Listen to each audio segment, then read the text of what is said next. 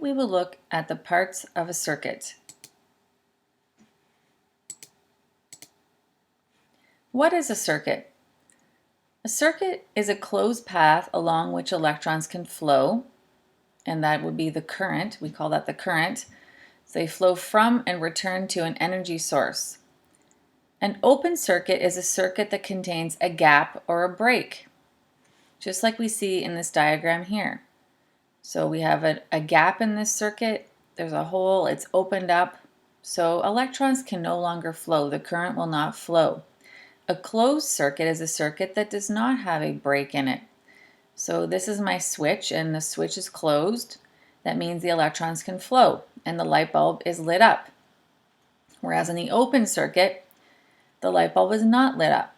The current is not flowing. The current is the speed and the amount of electrons moving through a wire, also known as a conductor. One part of a circuit is a battery. Without a battery or a cell, there will be no energy in the circuit. The battery or cell is a source of energy. The electric current flows from the negative to the positive terminal. So we can see that on this symbol for the battery, the negative and the positive terminal. The short line is the negative terminal and the long line is the positive terminal. We can also see the terminals listed on the battery. When we look on a battery, it will tell us which one of these two is negative and which one is positive. On this particular one, we can't see that, but generally on batteries, you can see that when you look at them. A light bulb is a load in a circuit, meaning it takes or converts the energy from the battery into light. And it only lights up if the circuit is closed. So this would be the symbol for a light bulb or lamp in a circuit. These are a couple of examples of light bulbs. This is an incandescent bulb that you could see in your house. Maybe you have these in some of your lamps at home or lights at home. And this is an electricity kit light bulb. So if you had a little electricity kit, you might use this type of bulb. These are switches. And a switch controls the flow of electricity. It controls the current. If the switch is open, the current will not flow. And there's our example. We saw this before, an open switch. This is a gap in the switch where electrons cannot flow.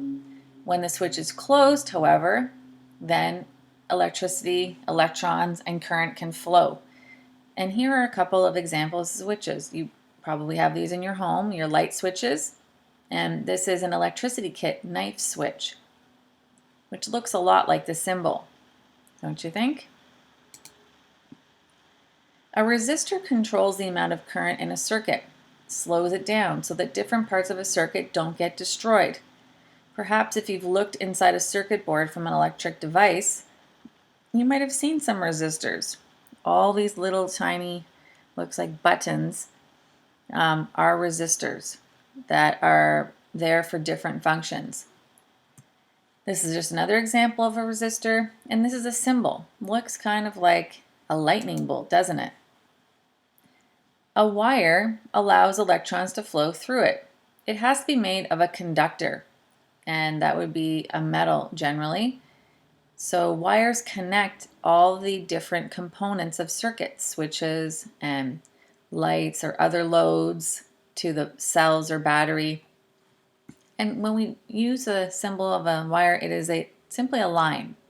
So the line can be any length and it connects various components in a circuit. The next symbol we're looking at is a voltmeter. And a voltmeter is a setting on a multimeter. Maybe you have one of these devices at home. You use them to perhaps check out your batteries to see if they still have any life in them. And you would take these leads on the multimeter, set it to the correct setting to find volts, and you could see you would touch one on one side of the battery and the other one to the other side of the battery, the other terminal, another word for side, and you could see if it still had life. This one would need to have 9 volts. It's a 9-volt battery, and you could see if it was still working or how much life it had left.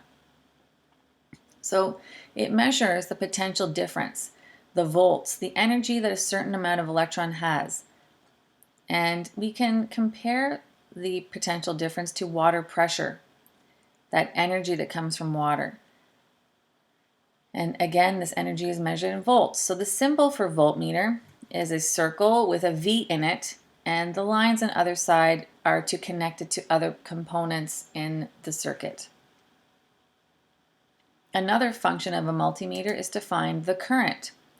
So if we set it to another setting, we can use it as an ammeter to measure the current, which is measured in amperes, which is why it's called an ammeter. And the symbol for an ammeter is a circle with an A in it, and again, lines on either side to connect it to other components in a circuit. Lastly, we have a buzzer. And a buzzer is a component or a device that makes a buzzing or beeping noise in a circuit.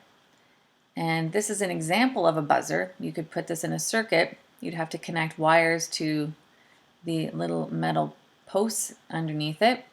And when you press on it, it makes a buzzing or beeping noise. And this is a symbol for a buzzer. This little part would be where you would press on top. So now that you've learned about all of the circuit symbols that we will learn about, you can go and do the challenge. Go to Class Tools, Content, Circuit Symbol Cutout. That's all for now.